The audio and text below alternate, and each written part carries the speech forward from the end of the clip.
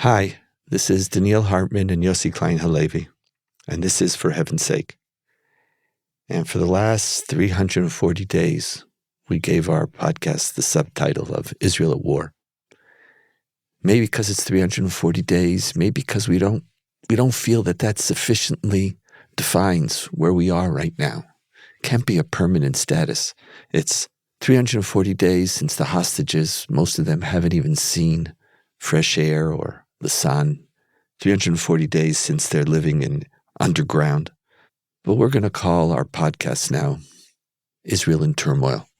It's an all-purpose term that really could apply to Israel at any time, but it's especially true now. Maybe we have this dream that maybe it won't. But it's not a normal time. In normal times, we didn't need a subtitle. But somehow, after 340 days, we're waiting for the hostages to be released. There's something incomplete. But I don't know what the end of the war is even going to look like. Certainly not a complete victory. And so maybe for this week, let's call it Israel in Turmoil. Maybe by next week, we'll feel we have another subtitle. I think you and I feel we're in turmoil, so it works. It works. And as an expression of that turmoil, the theme that we picked for today is the end of the status quo. In particular, and our focus for today is the end of the status quo in the territories, in what in Israel we call Judea and Samaria, but the rest of the world is called the West Bank. And we in Israel, since the Second Intifada and the failure of the Oslo Accord, have basically functioned under the notion that our job is to assume a status quo in Judea and Samaria. That's our job. And that is, we can maintain it. We offered, they said no, and now, as we say in Latin, gar nicht helfen. There's nothing that we could do that's going to help. Whether that's true or not true is a separate issue. But it's out of our hands, and therefore what's in our hands is let's see if we can hold it. Hold what? Hold a status that we're not fully working out. The status quo is not to think about it. The status quo is to manage the conflict. The status quo is not to create too explosive and violent a reality. The status quo is to leave options on the table. The status quo is maybe just even not to think about it. And Judea and Samaria is not thought about. In this Israel in turmoil, we're not managing the conflict in Judea and Samaria. We're not able to not think about it. It is actually, over the last couple of weeks, together with the hostages, the primary issue spoken about in the newspapers, spoken about by Israeli security officials. When Israeli security officials had to go to the government and to speak about what is posing an existential danger right now, they were most worried about Judea and Samaria. The settler violence in particular. A whole slew of things. Yes. They're worried about the changing of the status quo in the Temple Mount. They're worried about settler violence. They're worried about the lack of judicial control or putting people on trial, which then activates the international courts. They're worried about the increased violence in Judea and Samaria on the part of Hamas and terrorists. And they're worried about the fact that we're discovering that there's a Gaza in Jenin and Tulkarem and Hebron. There are weapon factories. Iran is now importing huge amounts of weapons. There's instability in the air.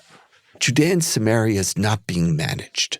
It's about to explode, and with it exploding far more than just Judea and Samaria itself. It threatens to explode our relationships with Jordan. It threatens a future coalition with Sunnis. It undermines the focus on Iran.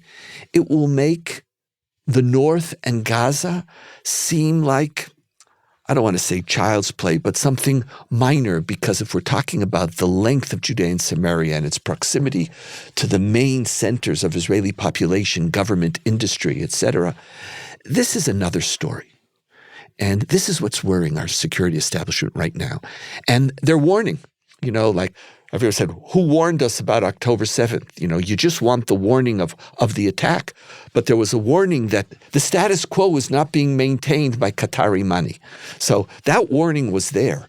But the warning of October 7th, so that's the great failure. They're warning now and telling us you're living on, what's the term? A kinder A tinderbox. A tinderbox, that's right. Kinder is chocolate. I'm a grandfather, so that's what I buy a lot of Kinder. But you're sitting on a tinderbox. So let's talk about what are the primary causes of this change of the status quo. And while it's never only in our hands, when Israel is in turmoil, just like when Israel is at war, it's not just our doing. Sometimes it's not our doing at all. Very often it's our enemy's doing. But let's focus on, and this is what the security establishment are focusing on what is it that we're doing to stop managing this conflict right now? Something's going on. Look, the status quo was always an illusion. There's no such thing as a status quo. The status quo creates a vacuum into which the forces who know exactly where they want to take us are able to go. And so that's what happened. For the last 20 years, we had what the rest of us comforted ourselves by saying it's a status quo. We were, as you put it, we offered peace. They said no. They went to 4 years of suicide bombings. Our response is status quo. We're not going to do anything. But of course, settlements continued to expand. The settlement movement strengthened. And what we've learned in the last 2 years of this government is that the most radical elements among the settlers were ready to step into positions of power and actively change the status quo. Now, all these years, we always had governments that were by and large pro-settlement with a few exceptions, but the explicit goal of annexation was never on the table. Until this government. This is the first government that included in its platform annexation. And so the government came to power committed to changing the status quo. And so there's no surprise. They've done it. They're doing it every day. When you put Smotrich into the defense ministry and you give him the authority over the civilian aspects of the occupation, this is the result. Now, leaving aside for a moment Iran and Hamas, and we really obviously do need to talk about that, but look at the escalation of the last year of settler violence. This sense of the government is with us, or at the very least, the government is not going to stop us. Now, those who know Zionist history will recognize that phrase, the government is with us. Arab rioters in the 1930s used to chant, the government is with us, and they meant the British mandate. And there's something appallingly familiar about what's happening now, except now this is on us. This is our government that's turning a blind eye. And I just want to say one thing from a personal perspective about what this means. The fact that we have a government that is allowing settlers to burn houses, uproot olive trees, and every so often actually murder an innocent Palestinian. After October 7th, I was part of a movement among Jews all around the world of people who volunteered to defend Israel, to engage with the media, to make oneself available. And it's a very tough sell, defending the Gaza war, and it gets harder all the time. But then when you have uncontrolled settler violence in Judea and Samaria, what you're facing is the media perception, which we have helped create, of a single Israeli assault against innocent Palestinians, from Gaza to Tulkarem. And how do you counter that? It's like entering the boxing ring with one hand tied behind your back. And this is what's so painful about this is it's hard enough, guys. It's really hard enough to be defending Israel at this point. And this makes it impossible. Netanyahu, part of my anger at some of the response, let's just clarify also the term settler violence, because everybody who lives in Judea and Samaria is called a settler. And 90 5% of the people who live in Judea and Samaria are simply Israeli citizens, law-abiding people who live in settlements, no different than the cities of Israel, within the Green Line, supported by the government, funded by the government. So when we talk about settlers, I always find it a term that even though we've made that distinction over and again, it's just precisely because when people hear the term, it applies to everybody. When 95+% would never even imagine of harming, taking the law into their hands. It's just not what they do. There's a very small group. That group happens to be, though, intimately connected to the parties represented by Bezalel, Smotrich, and Itamar. You can't say they're a fringe anymore. No, they're sitting in the heart of government. No, they're not the fringe, but I don't want to No, I agree. Speak. It's an important distinction. The thing that's changed is that this group, one of the distortions of the religious Zionist party is that it is precisely some of the most extreme figures who represent a minority position within Israeli society and even within religious Zionism are all fulfilling these tremendous positions of authority, and they have a disproportionate power in this government, far dwarfing the ultra-Orthodox parties in the past. They're smart, they're talented, so all of a sudden, the fact that— And they're very committed. Oh, and they're very, very committed. And so part of this is what you're describing. When you have this extreme violence happening by a small number of people, not insignificant, but small, but they're coming from the community of the most important leaders of the religious Zionist community who come out and defend them. And certainly when you have Bezalel, Smotrich, and Itamar Gvir, who are responsible either for homeland security or for civilian affairs, who are therefore responsible to try to limit this violence, it's gone. No one's home, as they say. Look how many arrests the police under Ben-Gvir have made of anti-government demonstrators in Tel Aviv. Dozens, hundreds. Right. And how many arrests have they made among the rioters in the territories? And it's unbelievable. And when Netanyahu finally, after I don't know how long, finally condemned it, he condemns it. Why? Because you're moving troops. You're undermining our war in Gaza because we have to move troops here, and you're hurting our larger efforts.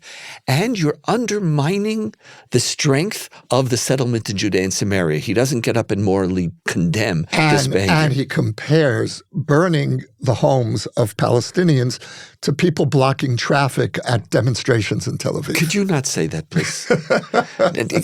I don't want to be. I can't. It's unbearable. It's actually unbearable. I can't be aggravated to that degree. So, it's one core, as you said, this is one dramatic change in the status quo. We're changing it. The reality is there was a plan.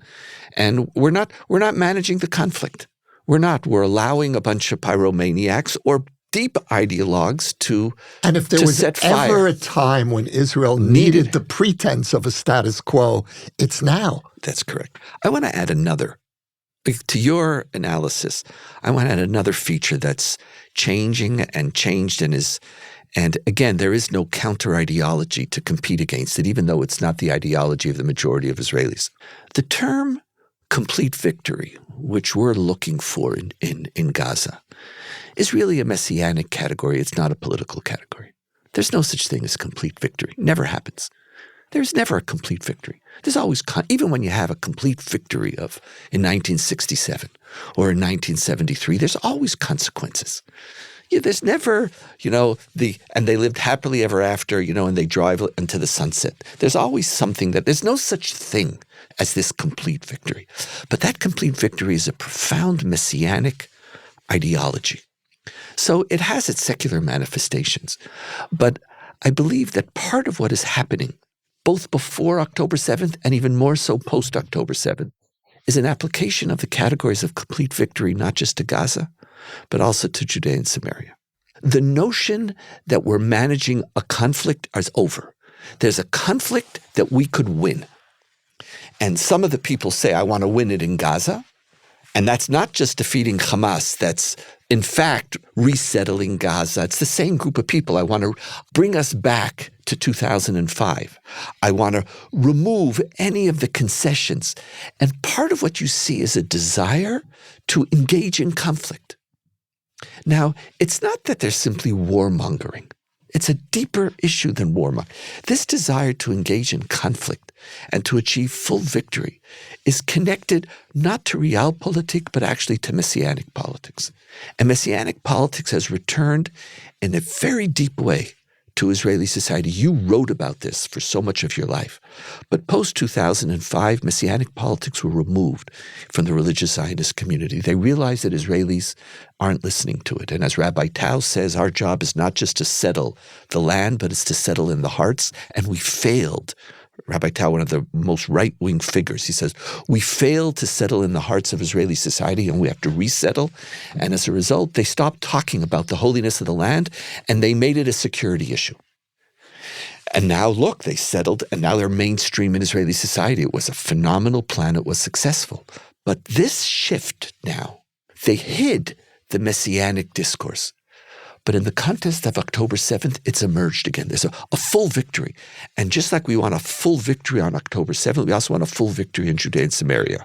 It's interesting, Donniel, because that places them potentially at variance with the Israeli majority, which after October 7th agreed with the settlers about security in the territories. The operative conclusion almost across the board was we can't even think about a two-state solution now. That was the result of October 7th for mainstream Israel. Correct.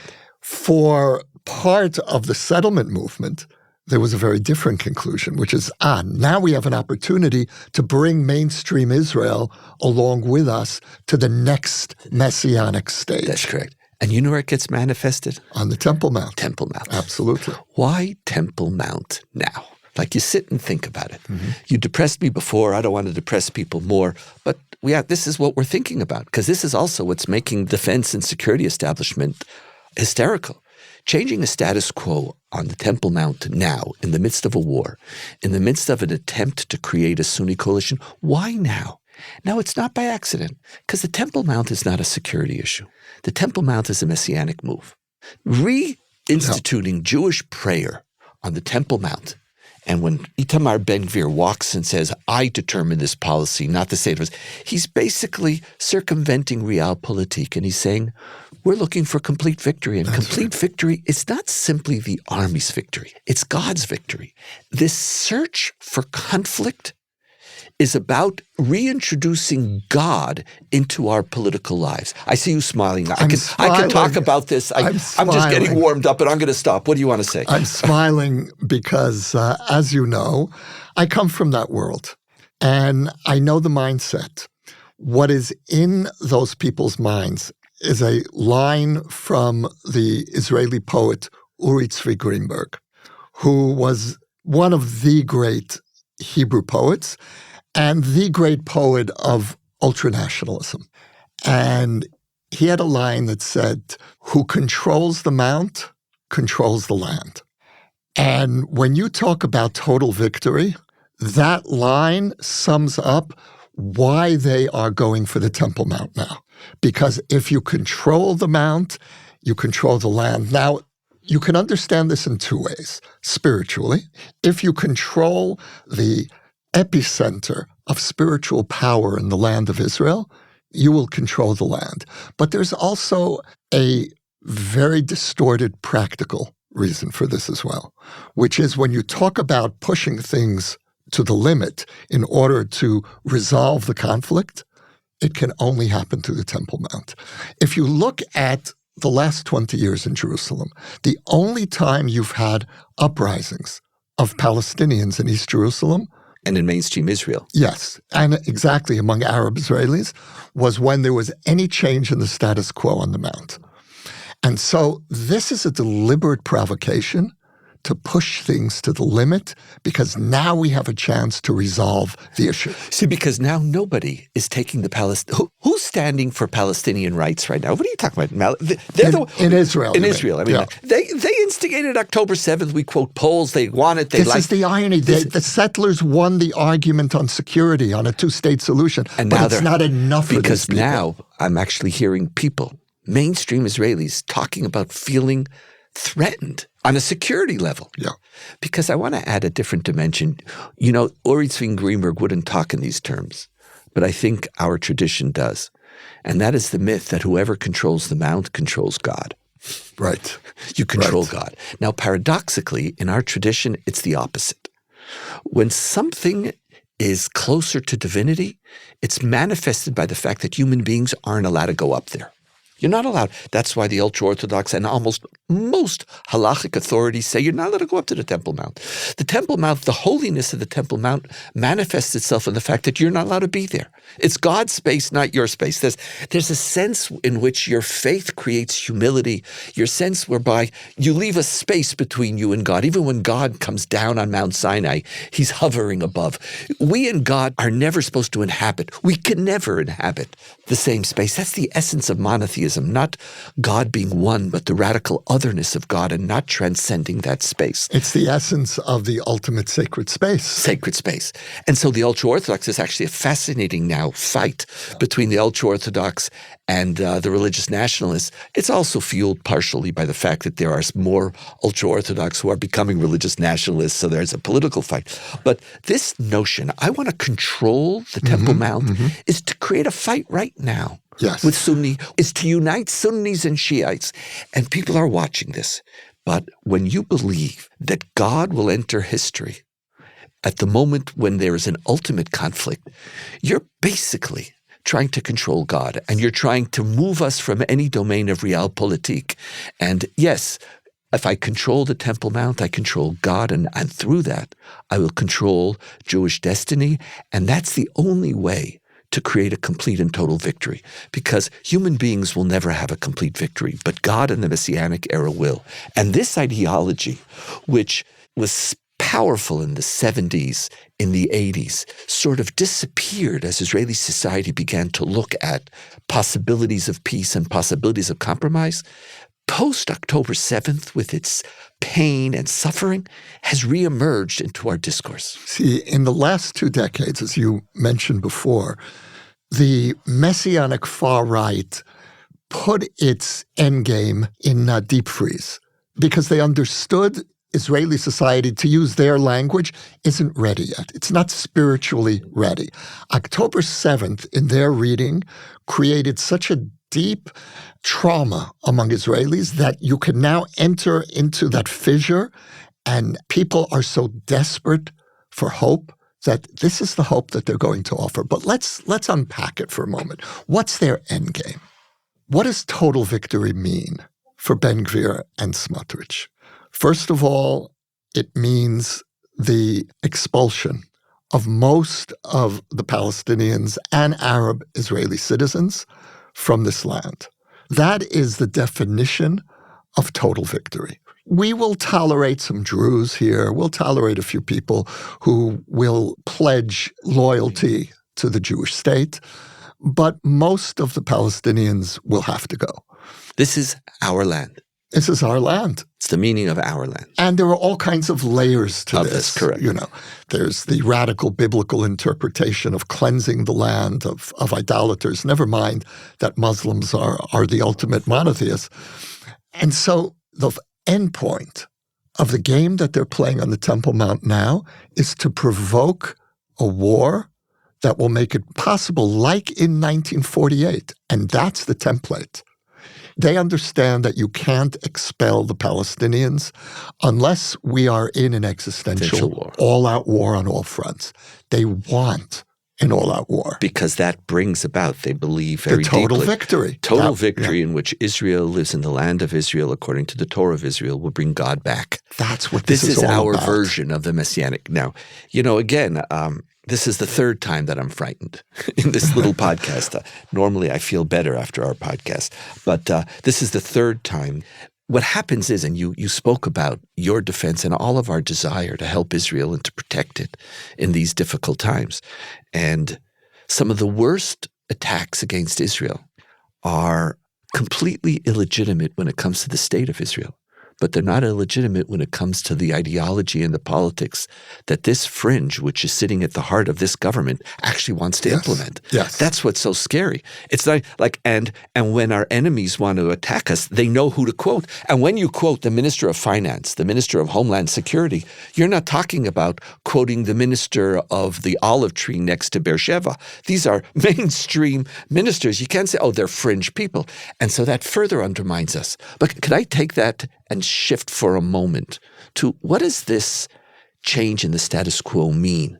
The international community is also not in the same place when it comes to Judea and Samaria after October 7th. There's a lot less patience and much more of an anticipation that the result of this Gaza war will be a resolution of the conflict. What does that mean? What is in the world which understood for so long that this is not a conflict you're going to resolve. So you remember when John Kerry came here, famously, and he said, within 2 years, we're going to resolve the conflict. And like we said, okay, so what is it, So, and I heard Pelosi, yes, I'm a two-statist. I have been my whole life. I feel it's a religious obligation. I'm morally obligated. I'm religiously obligated and committed to the creation of a state for the Palestinian people, which will live side by side with Israel in peace and security. But none of us know how to do it. But the world, they're in another place right now, and they're meeting Smotrich, Gvir, so what are they going to boycott them? They're not going to allow them in. They're going to freeze their things. But what does this mean? Add them to the equation. What we're seeing happening in the international community is its version of messianic thinking. And there's a return to the messianism of the Oslo years. We're going to solve this thing. And the Gaza war created a trauma in the international community, which has led to the opposite conclusion. We have to solve this thing, but in our way. We're going to solve it with a two-state solution. So you have two disastrous messianic concepts coming toward each other like two slow trains. Add Iran's Shiite messianism, and Israel's in turmoil because it's not bad enough that we're at war. And it's not bad enough that we have to deal with real enemies and real evil. There's messianic ideologies at play here. Yes. Which don't want to manage the conflict. Quite the opposite. They don't want to manage it. So many people managing the conflict is the main obstacle to a messianic solution. That's why so many people we know were so critical of our close friend Micha Goodman when he raised that category. And what he was trying to do was, how do we minimize our moral failures in the midst of a conflict which we can't resolve because we're not messianists? Right. And everyone said, well, I still want my messianism. So there's all this messianism going on right now. Well, which is interesting because desperate times create desperate solutions. And there aren't enough responsible aspirations or responsible plans. I want to talk about solving the conflict. I want to talk about a two-state solution, but I'm frightened that the world is going to want a resolution within, 6 months. We're going to find a dictator, put him in Gaza, then the Palestinian Authority be recreated. Everything is going to come. It's just the pace is what makes it messianic, not the aspiration. Now, the Israeli leader who most understood this was Netanyahu. In his old iteration, Netanyahu feared not only the messianism of peace now, he also feared religious Zionist messianism. And I know this because I read it in his book, A Place Among the Nations. And it was an extraordinary passage where he said, our problem is not only the messianism of the secular left, it's also the messianism of the religious Zionists. And that passage, which I always saw as key to understanding his caution all these years, is no longer part of his makeup. He just doesn't, I don't know if it's not part of his makeup, he's not controlling. The Netanyahu said that I'm in the house, I'm the boss, everybody will listen to me. He gets up and he tells Gvir, you're not going to do this, and they do it. And he tells Smotrich, you're not going to do this, and they do it.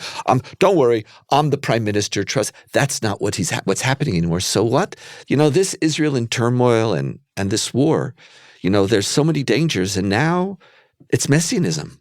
It's Iranian messianism. It's Hamas messianism.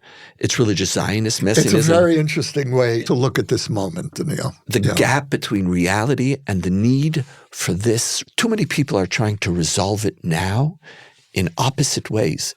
And Israeli society is missing these counter voices which talk about where we want to go and progress. And therefore, these messianic visions, they're attractive because you're at least offering people a solution. So the last conflict, words, Yossi. Well, two last words. You get it all. One is the conflict, unless we put a break to it, is heading to a confrontation among three messianic agendas. There's Iran's messianic agenda of destroying the Jewish state, which is the symbol of evil, and then the Shiite Messiah, the Mahdi, will come. There is the Israeli far-right messianic agenda of pushing things to a confrontation with the Muslim world, which will enable the expulsion of Palestinians. And then there's this messianic fantasy in the international community that somehow the time is ripe for resolving the conflict. Now. And now is always the word, right? I just want to say one last thing about possible silver lining here. And it's something you alluded to earlier, which is ordinary Israelis who might have been tempted to go along with the far right on security are now seeing what the true agenda of the far right is. And there is a growing fear in Israeli society of ourselves. For ourselves. And that gives me hope, Donniel. You know, I said I wanted to give you the last word, but I want to just reiterate what you said. I've heard more and more people frightened. Yeah. Frightened from this. And I don't know if you saw today, and this is something we should watch because we might have to talk about it. Do you know what we're talking about again? A new national unity government. Huh. There's a new conversation talking about it. The president started to talk about it. I know our Yaderi is pushing it. Now, what does that mean? It's interesting. It is the hostages, which is the igniter. Yeah. The fact that we feel that this is, I don't know how many days we're going to call this war, but we're going to still count how many days the hostages are still in horrific conditions in Gaza. Until they're not home, we're going to keep on counting the days.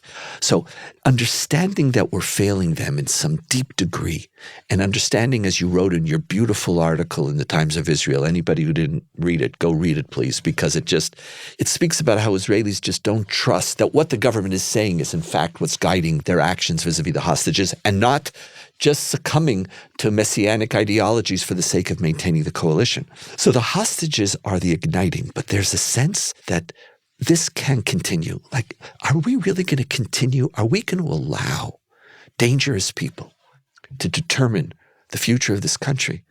And, I'm beginning to see some forces beginning to align. There's an openness.